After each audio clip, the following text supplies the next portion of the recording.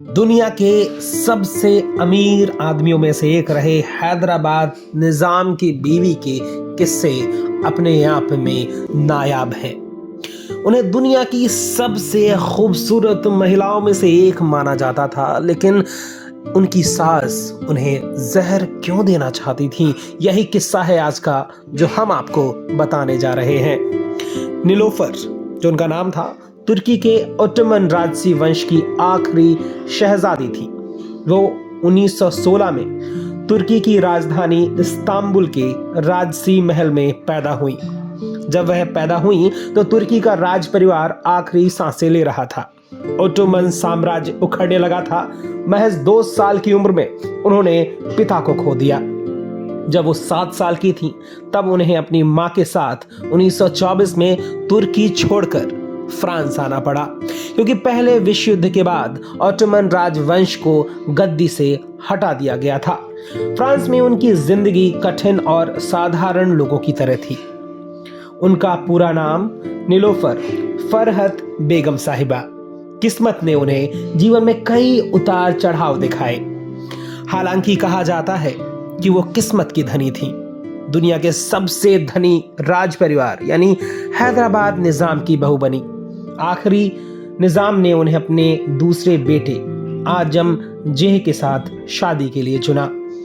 निजाम के रिश्ते तुर्की के राजवंश से थे। वे चाहते थे कि उनके बेटे की शादी ओटोमन वंश में ही हो। 1931 में शादी के बाद नीलोफर हैदराबाद आ गई।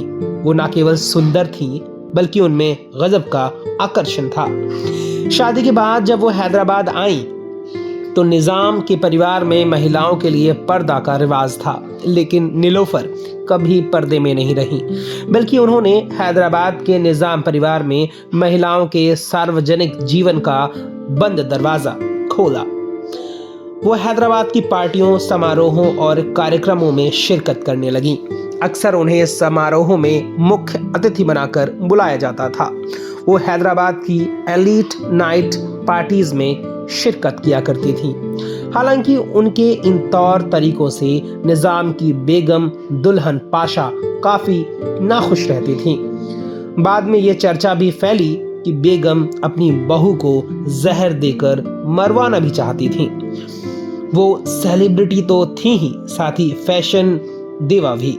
उनकी पहनी हुई साड़ी की तस्वीरें New York fashion institute of technology में लगी हैं।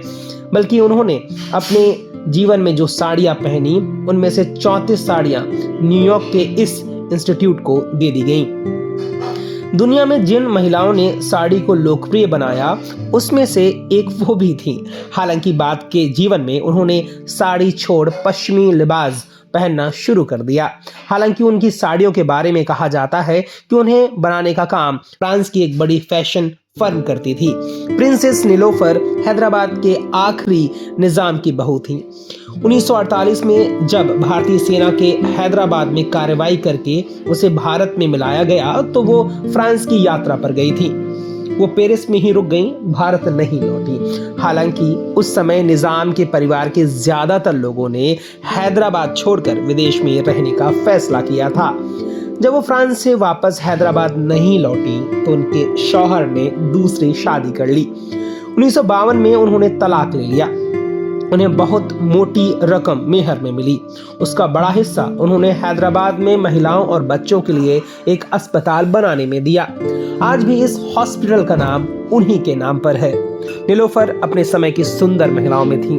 कुछ वर्ल्ड मैगजीन ने उन्हें तब दुनिया की 10 सबसे खूबसूरत महिलाओं में से चुना था। यूरोप के फैशन सर्कल में उनका पहनावा और अंदाज चर्चा का विषय बना रहता था। उन दिनों फैशन जर्नलिस्ट उनके दीवाने थे। जब नीलोफर ने अपने पति आजम से शादी के 21 साल बाद तलाक लिया और फ्रांस में अपनी मां के साथ रहने लगी, उन्हें तब हॉलीवुड में कुछ फिल्मों के ऑफर भी मिले जिन्हें उन्होंने ठुकरा दिया। कुछ समय बाद उन्होंने एक अमेरिकी युवक एडवर्ड पोप से शादी कर ली, जो एक युद्ध नायक, लेखक और फिल्म निर्माता थे। इतिहासकार मोहम्मद सफीउल्लाह कहते हैं कि जबकि नीलोफर की शादी बेशक आजम से हो गई, लेकिन ये मिसमैच थी क्योंकि नीलोफर का कद 5 फुट 10 इंच था, जबकि उनके पति केवल 5 फुट 3 इंच के थे। जब वो फ्रांस से शादी करके भारत आई तो वो बड़े महानगर की आधुनिक जिंदगी जीकर यहाँ आ रही थी, जबकि हैदराबाद महिलाओं के लिए पर्दे में ही था। हालांकि नीलोफर के असर से काफी हद तक हैदराबाद के एलीट घरों की महिलाओं के बीच पर्दा कम होने लगा। फिर एक बात और भी थी, उनके पति की 50 रखैल या संगनियां। एक और इतिहासकार पीटर मेसन कहते हैं कि अगर किस्मत पूरी तरह से उनके साथ रहती तो यकीन उनका नाम दुनिया की ग्रेट क्वीन के तौर पर जरूर होता। उनका रहन सहन और लाइफस्टाइल पूरा रॉयल था।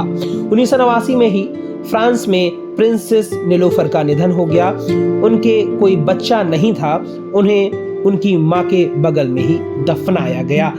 तो ये कहानी थी उस जांबाज रानी की जिसने भारत में आकर के कमाल कर दिया और सबको एक नए जमाने की रीत सिखाई।